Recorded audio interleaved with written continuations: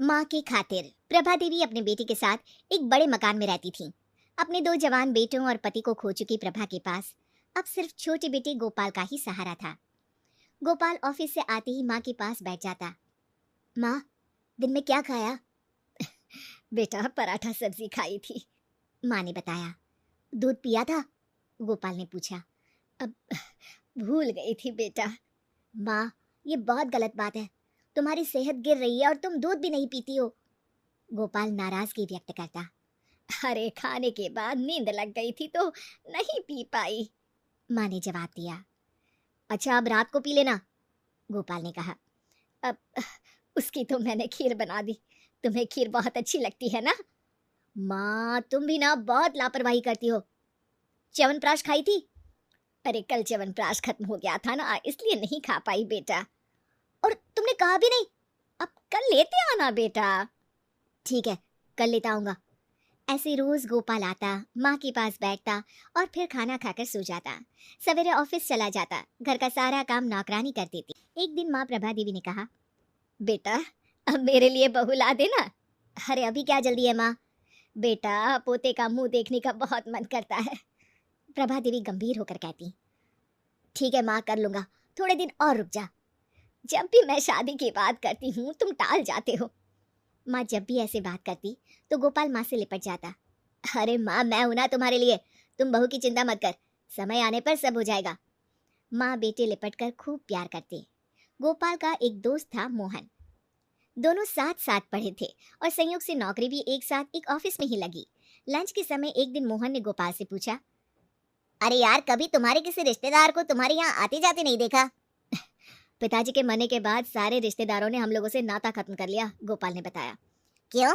इस समय तकलीफ में रिश्तेदार ही तो काम आते हैं, मोहन ने आश्चर्य से कहा। लेकिन मेरे साथ ऐसा नहीं हुआ।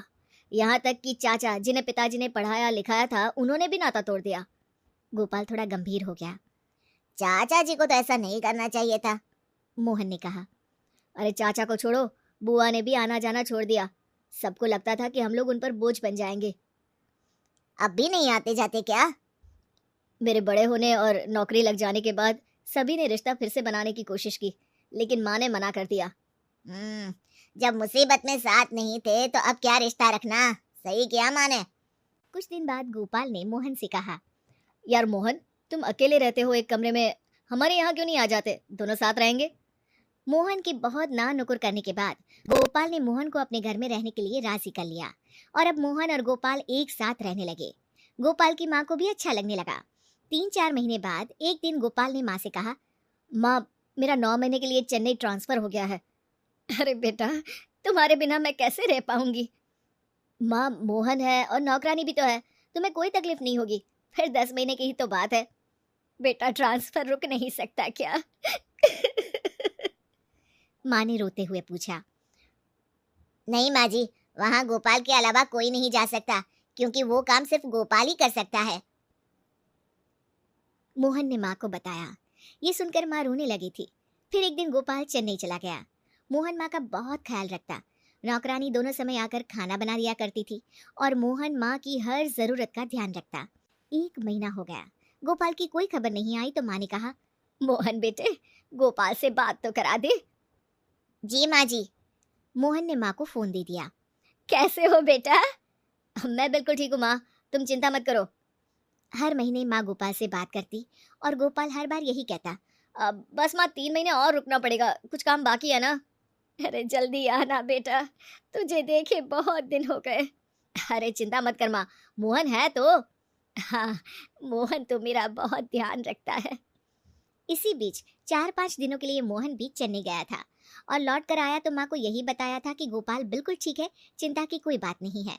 मोहन हमेशा माँ से गोपाल की बात कराता रहता, लेकिन आया नहीं। एक बार माँ बहुत बीमार पड़ी, फिर भी गोपाल नहीं आया। माँ की हालत खराब होती जा रही थी। आस पड़ोस के लोग तरह तरह की बातें करते। और ऐसा बेटा भी क्या जो माँ की बीमारी में भी नहीं आए?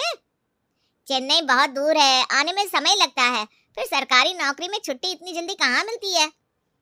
कुछ दिन बीते, माँ की हालत बहुत खराब हो गई और फिर वो मर जाती है। हे भगवान, मोहन कैसा बेटा है गोपाल जो माँ की मौत में भी नहीं आया। फिर जो कहानी मोहन पड़ोसियों को बताता है, उससे सभी हैरान रह जाते हैं। गोपाल को एक लाइलाज बीमारी थी। डॉक्टर ने उसे बता दिया था कि वो कुछ दिनों का ही मेहमान है, लेकिन माँ अपने दो बेटों को खो चुकी थी, पति भी नहीं थे। अगर गोपाल की ये खबर लगती तो वो जितना जीना था वो भी नहीं जी पाती। और गोपाल ये बिल्कुल नहीं चाहता था कि उसकी माँ उसकी भी मौत देखे और बेमौत मर जाए। हैं? फिर वो फोन पर कौन बात करता था? वो रिकॉर्डेड आवाज मुझे दे गया था, जो मैं माँ को सुना देता था। गोपाल की इच्छा अनुसार सारी संपत्ति मोहन ने अनाथालय को दे दी।